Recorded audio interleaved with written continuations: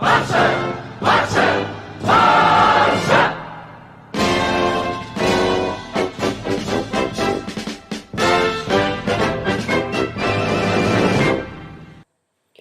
guys, welcome to Blood Green United. Welcome to another video, and today I'm gonna be starting a new series in this channel, and it's gonna be Future Stars.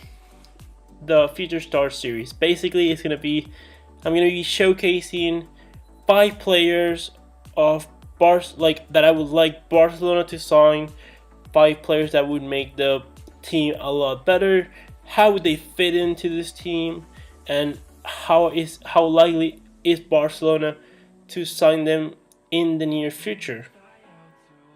I'm also going to be talking of players that, in my opinion, are Barcelona ready-made and ready to perform at the big stage, but you don't have to agree. So if you disagree with any of the players that I list, let me know why, and also leave me in the comment section who you want me to talk about next.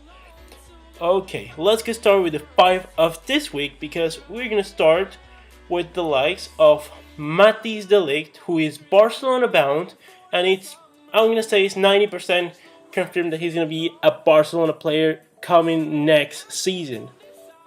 Why do I think this? Because he is basically, I think the agreement with him and Ajax is that he'll go for about the same price as Frenkie de Jong.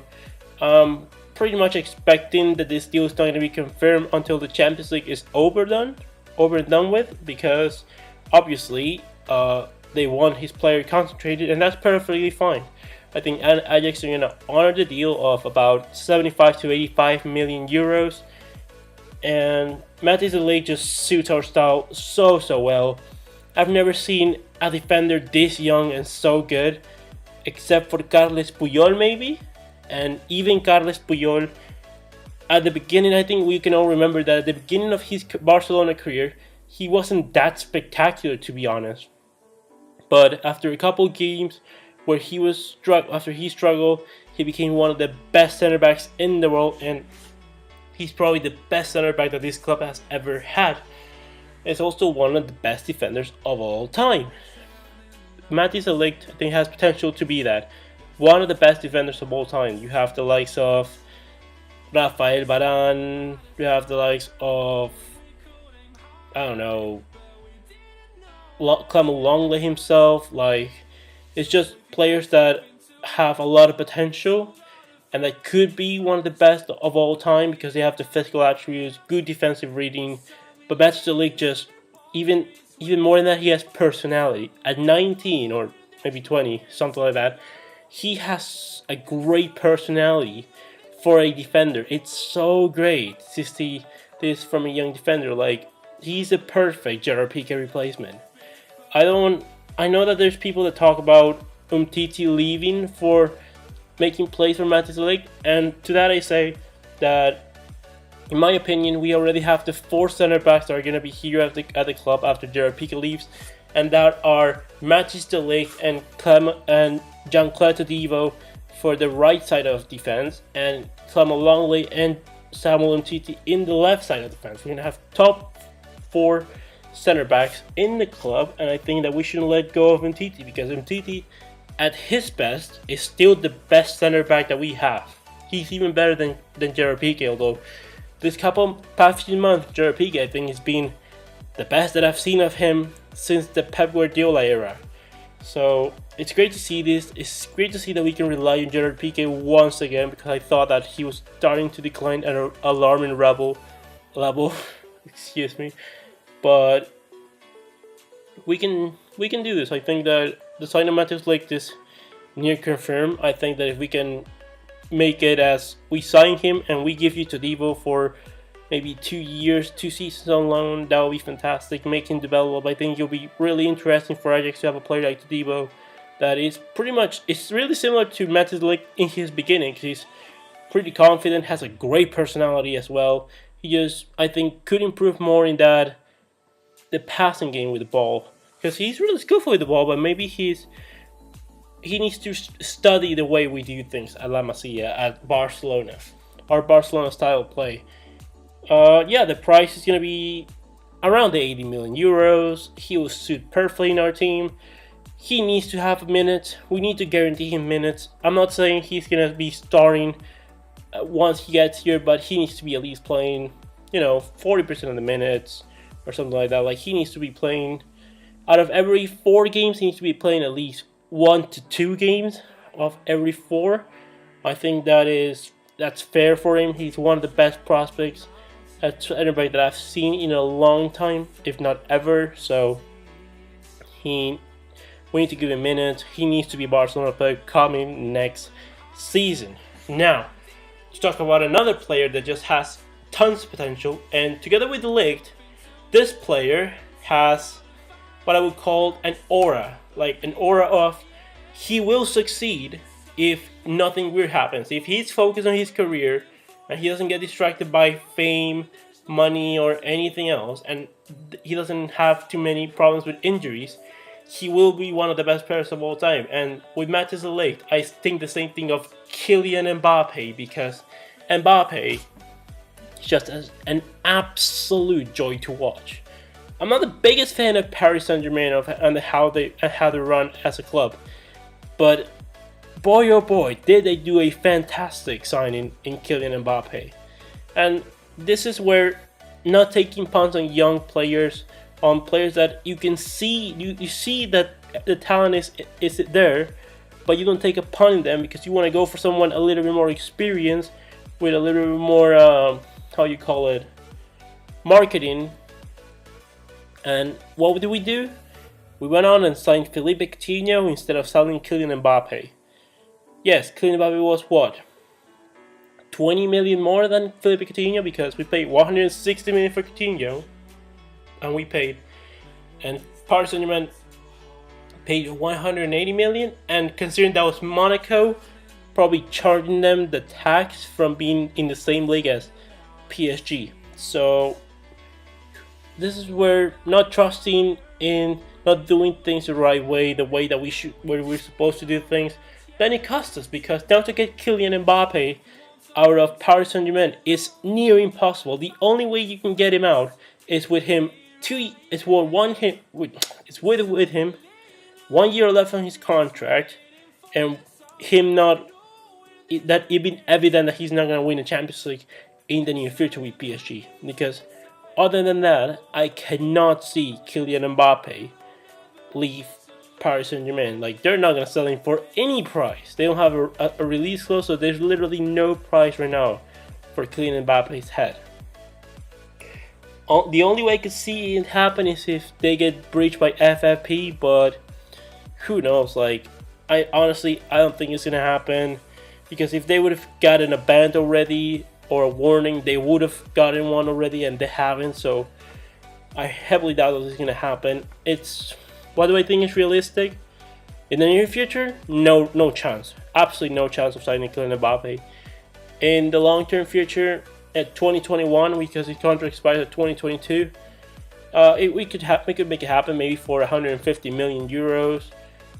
For 1 year left in his contract. It's a lot, but it is totally possible. We can start negotiating that way. But again, he's a player that has everything in attack. He can play as a center forward, he can play off the left, off the right. He has speed. He's he's not a physical strong, like powerful, but he has a lot of explosivity. Like, he has really good balance, agility. His finishing is being worked on and is fantastic. Good link of play. He's really smart on creating chances. It's just been really good from Kylian Mbappe. So, and he's shown it for France, PSG, at the Champions League. He's shown it in all fronts. He is one of the best attackers already in the world.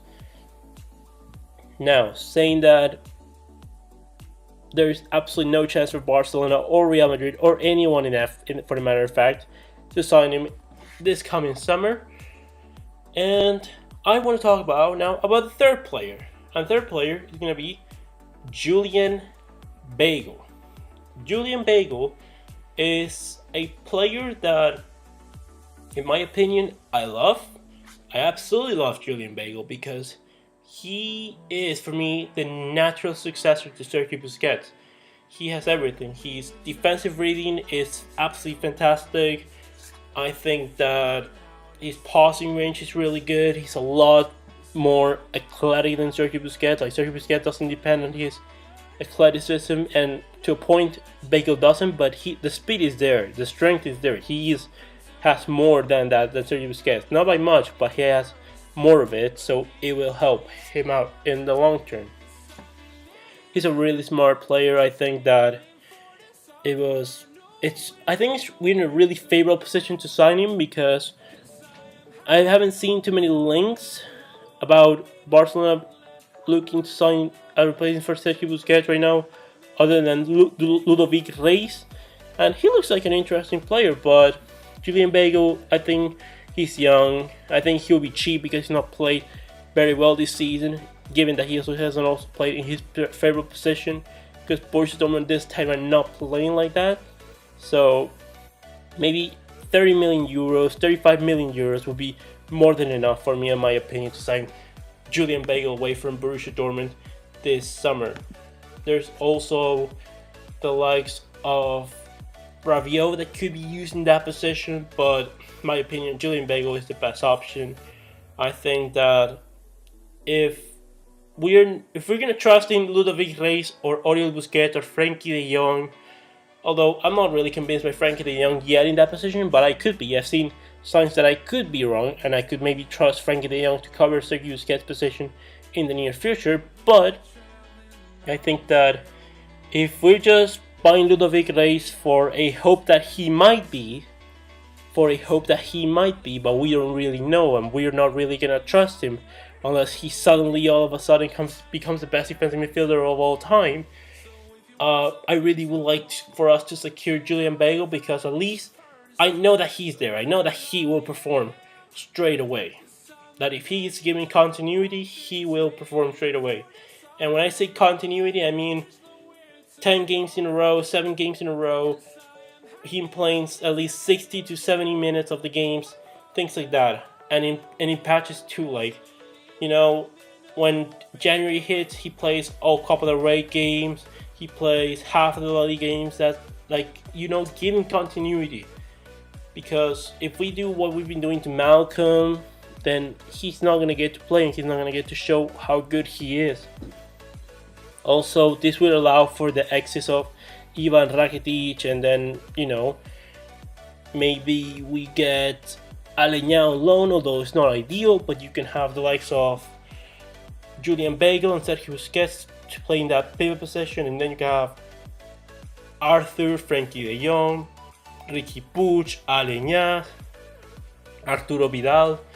I think it would be very good for Barcelona to sign off Julian Weigl if Ludovic Reis, Oriol Busquets, or Frenkie de Jong are not going to be trusted in that specific position for Barcelona.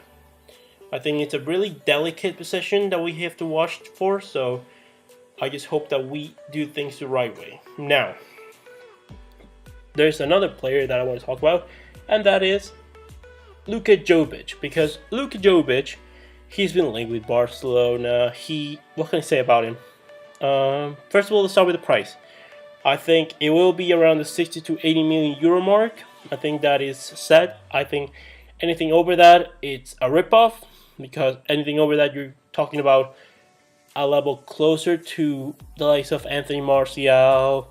I mean, with 100 million euros, you can buy Mauro Icardi, you can buy Marcus Rashford. Like, there is players that are in a similar level to that, and I think if Frankfurt want to get rid of him, 60 to 80 million euros is the price they should be looking for. Now, he has everything pretty much that I want in a striker, in a Luis Suarez replacement, because he really does have everything. He's good shooting with both feet, he's good in the air, has a good turn of speed, real clinical inside the box, he's a predator in the area, he has good link-up play, he can defend himself with the ball, he can dribble pretty well. Like, his vision is pretty good for a striker that's not played in Spain or has that mentality of playing in that system. His vision is actually pretty good, and he's pretty strong. Like, he is everything that I would like a Barcelona number 9 to be, but I want players to be convinced that they want to come to Barcelona. And if you don't want to come to Barcelona, that's fine, because there are other options. There's talk about Marcus Rashford, and I completely there is plenty of number 9s that I think Barcelona can sign. My favorite option, it is Luka Jovic, so if we can make it happen, that would be pretty great. But if he doesn't want to come to Barcelona, then, or if he rather goes for money and maybe go to a team that might not suit his needs, that might not generate enough chances for himself, then you know what? It's his decision at the end of the day, but we have to do what's best for us in sporting terms, and we're not gonna go blow all of our budget just on Luka Jovic, because there's other things that we need to do this coming summer. Now, for the last player, it's Anthony Martial. And Anthony Martial. Let's talk about Anthony, because my good friend here, Anthony Martial, it's basically Kylian Mbappe 0.9, 0.8. I think is Anthony Martial is as good as close you're gonna get to Kylian Mbappe without him being Kylian Mbappe. Let's basically talk about him. What is he? He's really strong. He's stronger than Mbappe. He's tall. He's good in the air. Good shooting. Really good dribbling. A lot of speed. Really, really explosive. He can play as a number 9. He can play off the left. Not really play off the right. It's not his thing. It's not been really great for him when he's played on the right from Manchester United. But again, he's a player that can play as a number 9 and can play off the left. Dembele can perfectly play off the left and off the right. So you have options right there. That's what I like about having dynamic Barcelona players that can attack the space. He attacks the space very, very well. The same as Kylian Mbappe. What will his price be? Well, starting this transfer window at the beginning of this season, he at this end of the summer was gonna be €0. But now, because he renewed his contract, he probably would cost you around, if Rashford is 100 million, then I would say Martial with a longer contract but with worse performances, it's around 100 million or so, maybe 80 to 100 million or so for Anthony Martial. Again, between Marcus Rashford and Anthony Martial, who would I pick? I would pick Anthony Martial just because I think that he is even more suited to Barcelona style than Marcus Rashford, and also because it's just a thing that I don't think English players or any British players are heavily successful in Spain. I mean, we have the case of Gareth Bale, Michael Owen, David Beckham, who in my opinion, none of them have really succeeded in the way that they were expected to. And at Barcelona, I think that he could learn to be. I think Marcus Rashford would be a fantastic signing. And if we sign him, I'm going to be really happy about it. But at the end of the day, I would much rather have Anthony Martial, who I think, because we have a bunch of French players already, maybe that could help him to adapt already to the system, to the team. I think that he would be very happy to come into Barcelona. I think that he's not had a very good time in Manchester United of late, and he's one of the best players, one of the best young prospects in my opinion. He's always a player that I've loved to have Barcelona. And last summer I thought that there was a kind of trade-off of Coutinho and Martial that never materialized, but what a deal that would have been. But yeah, those are the 5 players right now that I want to talk. That's the first episode of Future Stars done. Leave me in the comment section below, what do you think about the players that I talked about? Do you think that any of these players are not really suited to play for Barcelona? Let me know. Who you want me to talk about next in the next video. And I'll see you on the next one, Blaugranas.